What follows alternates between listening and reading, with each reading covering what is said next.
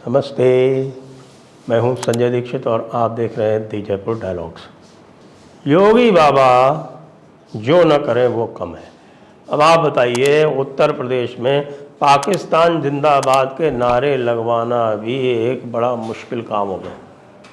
जी हाँ, जौनपुर में मुहर्रम का जुलूस निकल रहा था। अब उस मुहर्रम के जुलूस में कुछ भाईजान लोगों ने पाकिस्तान जिंदाबाद के नारे लगाए। अब वो पाकिस्तान जिंदाबाद के नारे जो थे उसके ऊपर उनके ऊपर केस दर्ज हुआ और केस दर्ज होकर इन्वेस्टिगेशन हुआ। इन्वेस्टिगेशन होकर उनको सबको मिला के तो 33 लोग थे, 33, और वो 33 लोगों पर 1 करोड़ रुपए का जुर्माना लगा दिया गया। पहले तो जानकारी ली गई कि भाई उनके पास क्या माल असबाब है, उनके पास क्या चल अचल संपत्ति है, उस चल अचल संपत्ति के अनुपात में उनके ऊपर लगा दिया गया जुर्माना। यानी एक व्यक्ति के ऊपर उसमें 19,80,000 का जुर्माना लग गया और कुछ के ऊपर 5,000 जुर्माना भी लगा।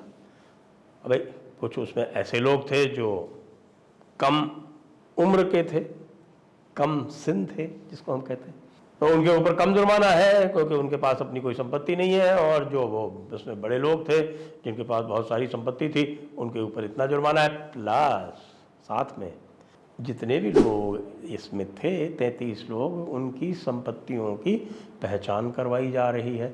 और पहचान करवाई जाने के बाद में पता चला कि उसमें कुछ 15-16 संपत्तियां ऐसी हैं जो कि अवैध हैं। तब उनको आप जानते हैं नोटिस तो दिया ही जाएगा, क्योंकि नोटिस दिया जाना तो कानूनन आवश्यक है। तो उस कानून के मुताबिक उनको नोटिस दिया गया है और नोटिस दिए जाने के बाद में उचित कार्रवाई की जाएगी।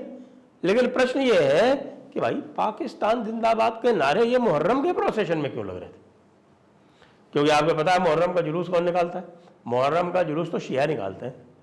तो भाई हमारे ये शिया भाईजान को क्या हो गया जौनपुर में? उनको पाकिस्तान क्यों प्यारा लगने लगा? उनको पता नहीं है क्या कि शिया हजरात की स्थिति क्या है पाकिस्तान में? जी हाँ, शिया हजरात को तो वहाँ काफिर कहा जाता है। शिया हजरात के मुहर्रम के जितने भी जुलूस इत्यादि होते हैं उनको सुन्नी इलाकों से निकलने नहीं दिया जाता है, उनको तबर्रा नहीं करने दिया जाता है। तबर्रा आप जानते हैं ना, तबर्रा उनकी एक रस्म होती है जिसमें वो बहुत सारे जो सहाबा इत्यादि हैं और कुछ जिसको हम कह सकते हैं, क्या कहें उनको,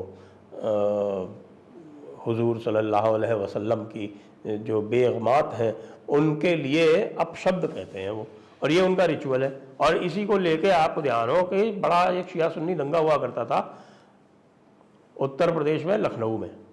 उसका कारण जो था ये तबर्राई हुआ करता था। अब इनके पुराने झगड़े हैं भाई, वो झगड़े किसके लिए हैं? वो झगड़े वसीयत को लेके। अरे वसीयत का झगड़ा इतना तगड़ा हो गया कि साहब कि एक दूसरे को काफिर कह देते हैं ये लोग। वसीयत का झगड़ा ये है कि साहब शिया हजरात कहते हैं कि साहब हज़रत रसूलुल्लाह जो थे उनकी जो उनका जो शजरा था या उनकी जो वसीयत थी और उनकी जो वारिस थे वो हज़रत अली होने चाहिए थे। अब हज़रत अली जो थे वो वारिस तो बने लेकिन वो जाके चौथे खलीफा बने। अब कहते नहीं चौथे नहीं, हम बाकी 3 को मानते ही नहीं। अब इसको लेके इतना झगड़ा कि साहब आप देख लीजिए कि ईरान जो है वो आज तक पिला पड़ा है सऊदी अरेबिया से, और आपस में झगड़ा करते रहते हैं और अलग अलग सबने अपने अपने ग्रुप बना रखे हैं, अलग अलग आतंकवादी संगठन बना रखे हैं, एक दूसरे की गर्दन पर सवार रहते हैं। और पाकिस्तान में शिया हजरात को काफिर कहा जाता है। उनके जो इमाम बाड़े इत्यादि हैं उनमें लगभग हर मुहर्रम के महीने में एक बड़ा धमाका होता है जिसमें पता नहीं कितने मारे जाते हैं। अभी परचिनार उनका जो है नॉर्थ वेस्ट फ्रंटियर प्रोविंस यानी खैबर पख्तूनख्वा में, वहाँ अभी शिया सुन्नी दंगे हो के चुके हैं। तो भाई फिर इन शिया हजरात को ये जो भारत में बैठे हैं जिनको कि यहाँ बराबरी का दर्जा मिला हुआ है, पाकिस्तान में शिया हजरात को बराबरी का दर्जा नहीं हासिल है, वहाँ तो आपको जानकर हैरत होगी कि मोहम्मद अली जिन्ना जो एक इस्माइली शिया हुआ करते थे, बाद में वो जिसको हम कहते हैं 12 शिया बन गए, यानी जो रेगुलर शिया होते हैं वो बन गए। उनको खुद भी पता नहीं कि वो कब इस्माइली थे, कब 12 शिया बन गए, उनको खुद भी पता नहीं। लेकिन उनका जो नमाज जनाजा था वो सुन्नी तरीके से करवाया गया, किसी को कुछ पता नहीं कि भाई हमारे जो जिन्ना साहब थे वो आखिरकार सुन्नी रहे या शिया रहे, या फिर उनको पता नहीं क्या ट्रीट किया गया। लेकिन जो यहाँ रहते हैं शिया हजरात, इंडिपेंडेंस के टाइम पे इनकी जो शिया कॉन्फ्रेंस थी उसने तो बाकायदे रेजोल्यूशन लेके, अपना संकल्प लेके ये कहा था कि हम पाकिस्तान जाने के हिमायती नहीं हैं, हम पाकिस्तान नहीं जाएंगे। और वो जो थी इनकी उसमें सर्वोच्च संस्था थी और वो जिन्ना के पीछे नहीं थी। तो जिन्ना नाम के शिया थे, काम वो सारे वो करते थे जो ये सुन्नी हजरात चाहते थे, ख़ास तौर से जो बरेलवी हजरात चाहते थे।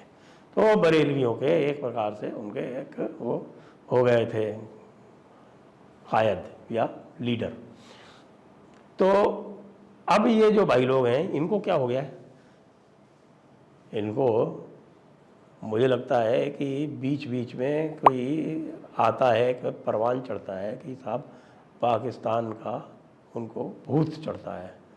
कुछ लोग तो गए थे ना, राजा साहब महमूदाबाद गए थे, और राजा साहब महमूदाबाद की संतानें वहाँ क्या कर रही, वो सारी की सारी भाग गई यूरोप।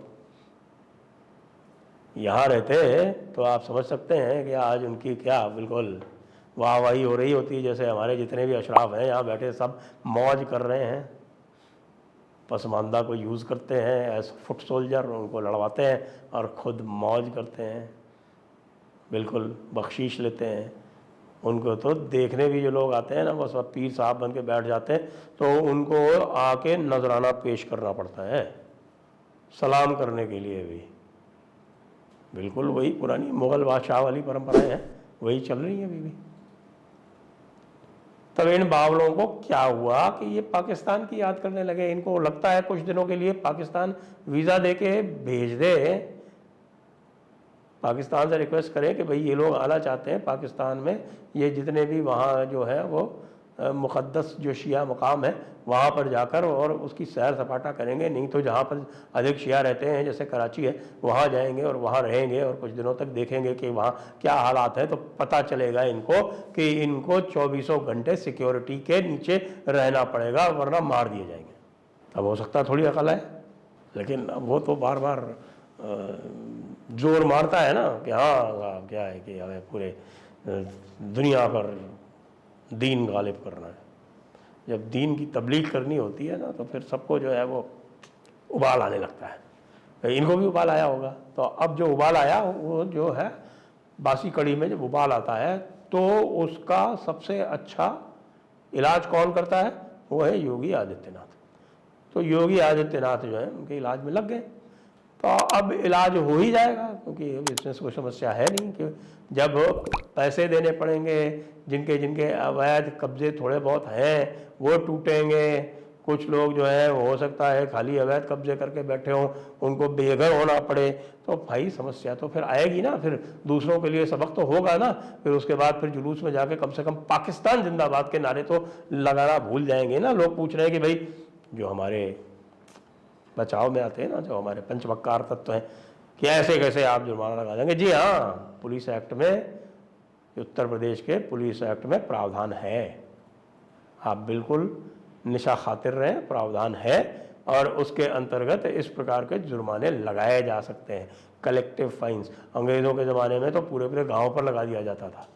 यानी कोई गांव में यदि किसी ने इस प्रकार के अपराध किए तो पूरे पूरे गांव पे कलेक्टिव फाइन लगा दिया जाता था। लेकिन अभी भी जिन लोगों ने दुष्टता की है उनके ऊपर तो एक एक करके अलग अलग इंडिविजुअली जुर्माना लगाने का प्रावधान है, वो लगाया जा रहा है।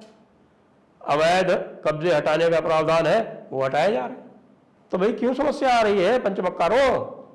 जो भी है तुम लोगों को यदि कोई इस तरह के और भी नाटक नाटक करने हैं तो उत्तर प्रदेश में जाके करो।